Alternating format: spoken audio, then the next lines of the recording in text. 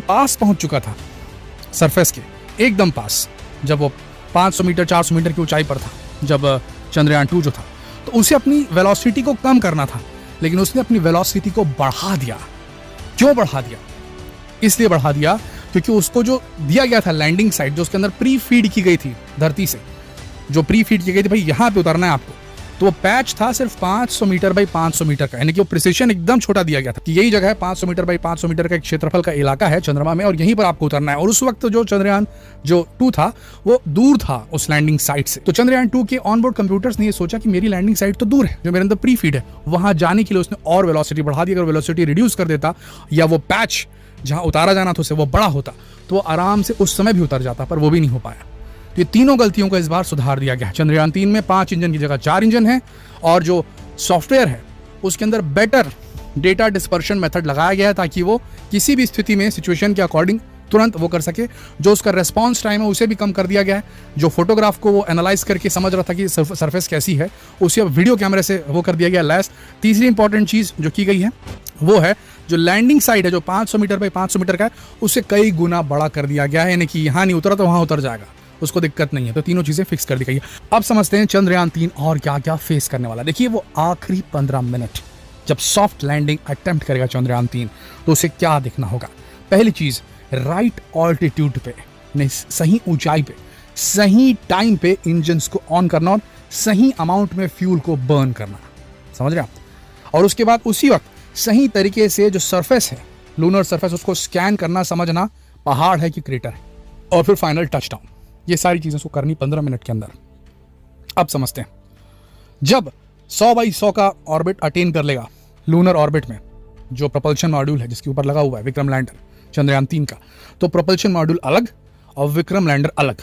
और अब 100 किलोमीटर से पहले वो 30 किलोमीटर तक आएगा, ऊंचाई 30 किलोमीटर रह जाएगी चंद्रमा की सरफेस है चंद्रयान 3 के विक्रम लैंडर की, और यहां से वो नीचे उतरना शुरू करेगा। इस वक्त इसकी जो स्पीड है वो 6000 किलोमीटर प्रति घंटा रहेगी। अब इस स्पीड से 400 मीटर तक की ऊंचाई तक इसको अपनी स्पीड समझ लीजिए 0 कर लेनी है, इतना उसको लेके आना है। तो इस फेज को कहा जाता है ब्रेकिंग फेज, और ये होगा पावर्ड ब्रेकिंग फेज, क्योंकि इस वक्त चंद्रयान 3 के विक्रम लैंडर की जो थ्रस्टर्स है वो ऑन हो जाएंगे 30 किलोमीटर की ऊंचाई पे, और उसके बाद वो धीरे धीरे डिसेंड करना शुरू करेगा। पावर्ड ब्रेकिंग फेज कहा जाता है इसे। इसके बाद 5 किलोमीटर से लेकर के टच डाउन तक का जो इलाका रहता है उसे फाइन ब्रेकिंग फेस बोलते हैं। यहीं पर गलती हुई थी, और यहां पर इस बार गलती इसलिए नहीं होगी क्योंकि सॉफ्टवेयर फुल स्ट्रॉन्ग कर दिया गया है, ठीक है, और सेंसर्स भी काफी स्ट्रॉन्ग है। अब देखना यहाँ क्या क्या गलती आती है। देखिए सबसे पहली चीज क्या होती है, जब वो नीचे उतरेगा, स्कैन करेगा सब चीजों को, स्कैन करते वक्त अनएक्सपेक्टेड टेरेन, सोचा नहीं वैसी जगह पे अगर उतरना उसका हो गया, कैलकुलेशंस कहीं ऊपर नीचे हो गई और नीचे अनएक्सपेक्टेड सरफेस मिली, तो उस वक्त सॉफ्टवेयर में फिर से ग्लिच आ सकता है, जैसे कि चंद्रयान 2 के दौरान आया था।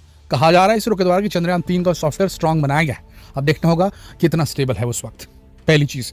दूसरी चीज जो प्रॉब्लम आ सकती है, सेंसर में ग्लिचेस आ सकते हैं। सेंसर में कैसे ग्लिचेस आएंगे, जब वो नीचे उतरता रहता है तो उसका जो प्रोपल्शन है, जो उसके थ्रस्टर्स है वो नीचे मारते रहते हैं पूरा एग्जॉस्ट।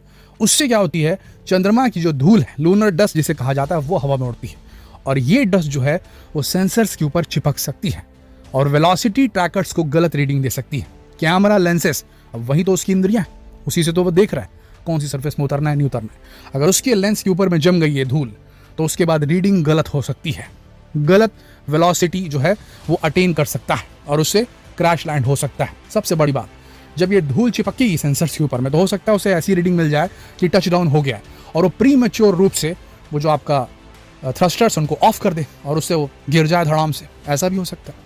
तो काफ़ी सारी पॉसिबिलिटीज़ हैं, जो चीज़ें गलत डायरेक्शन में जा सकती हैं। तो बहुत मुश्किल फेज जो है शुरू होने वाला है चंद्रयान 3 का। दोस्तों हम तो यही कामना करते हैं कि बिल्कुल सही तरीके से चंद्रयान 3 इस बार उतर जाए। इसरो की तरफ से कहा गया कि फेलियर बेस्ड डिजाइन है, तो हम तो यही एक्सपेक्ट करते हैं कि इस बार सारी हर्डल्स को पार करके, सारी रुकावटों को पार करके इसरो चंद्रयान 3 को सक्सेसफुली उतार देगा। जितना हो सके इस वीडियो को शेयर करें, फेसबुक पर, व्हाट्सएप पर, यूट्यूब पर बने रहिए हमारे चैनल के साथ लेटेस्ट इन्फॉर्मेशन के लिए। जल्द मिलते हैं आपसे अगली वीडियो में। इस वीडियो के अंत तक बने रहने के लिए दिल से धन्यवाद।